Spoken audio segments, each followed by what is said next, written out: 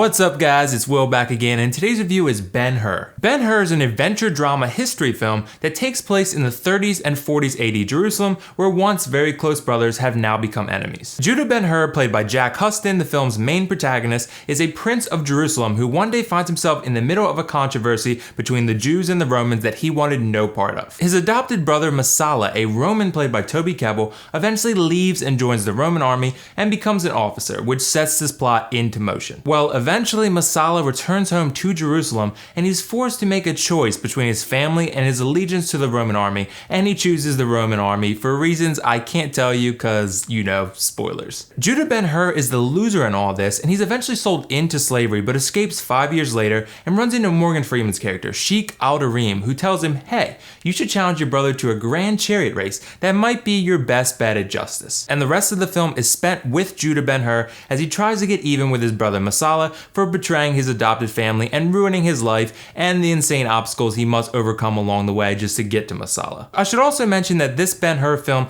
was directed by Timur Bekmambetov and is the 5th film adaptation of the 1880 novel entitled Ben-Hur, A Tale of Christ by Lew Wallace. Okay, so while I don't think this is by any means a great movie, I don't think it's an absolutely awful one either. I do think that it does have some redeeming qualities. Firstly, the visuals. There are a handful of action scenes in this movie that are just absolutely amazing to watch play out on screen. The climax, the chariot race, which you've probably seen bits of from the trailers, is definitely the best scene of this entire movie. It's obviously very action-packed, it's exciting and thrilling, and just very well shot and executed as a whole. This chariot race is the culmination of everything that you as the viewer have seen Ben-Hur and Masala go through on screen together and individually. Just a heads up, this movie is PG-13, but there are some pretty brutal scenes that are tough to watch. I personally like this aspect of the film because in my opinion, this story should be told in a way that's relatively unfiltered in regards to the violence and brutality, and that is what you get here. Another thing I really enjoyed were the characters and the acting. I thought overall each of the actors did a solid job in their specific role. I thought Jack Huston was good as Ben-Hur, and he was probably the best acted character in this movie in my opinion.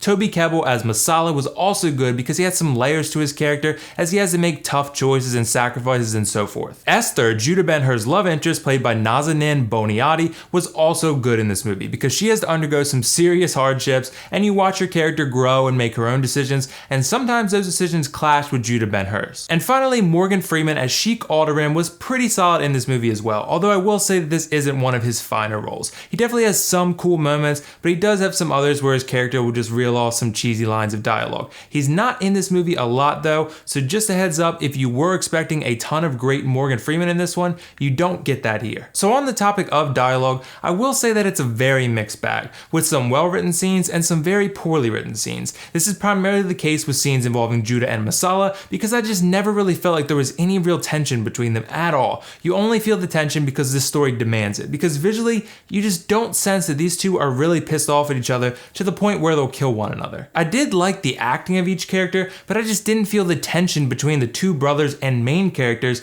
that I needed to give this story the necessary weight and emotional impact that it should have. The dialogue from the other supporting characters is mostly poor because, like I said, there are plenty of scenes where you're going to be like, wow, that was super lame, but it's a mixed bag like most elements of this film. The editing is another example of this. Sometimes everything flows smoothly and sometimes cuts transition very awkwardly and you're just like, I don't know about that. I did think the cinematography was fantastic though, I will say that. All the shots looked amazing and well composed and lit and sharp and all that jazz. There's also elements of this story that just feel very old-fashioned and like they simply don't fit in a 2016 film. I can't say I've seen the other Ben-Hur films, so I don't know exactly what was adapted differently this time around, but I will say that there are elements of this story that just feel very outdated and like they've run their course, I would say. Or at least like they need to adapt these plot points slightly or just explain them a little bit better, because one example would be when Masala leaves in the beginning of the film to go fight for the Roman army, he experiences like a slight inconvenience and then he's just like, you know what, screw you guys, I'm going to fight for the Roman army. Peace out. Now you guys know my motto. If it's in the trailers, I feel it's fair to talk about in a spoiler-free review like this one.